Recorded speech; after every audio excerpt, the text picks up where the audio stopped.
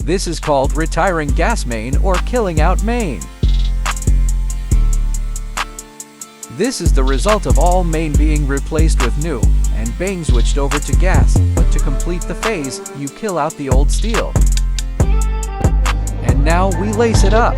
The stopples never completely stop off gas 100%, which causes the gas to leak by and create a flame you have to seal up as shown here.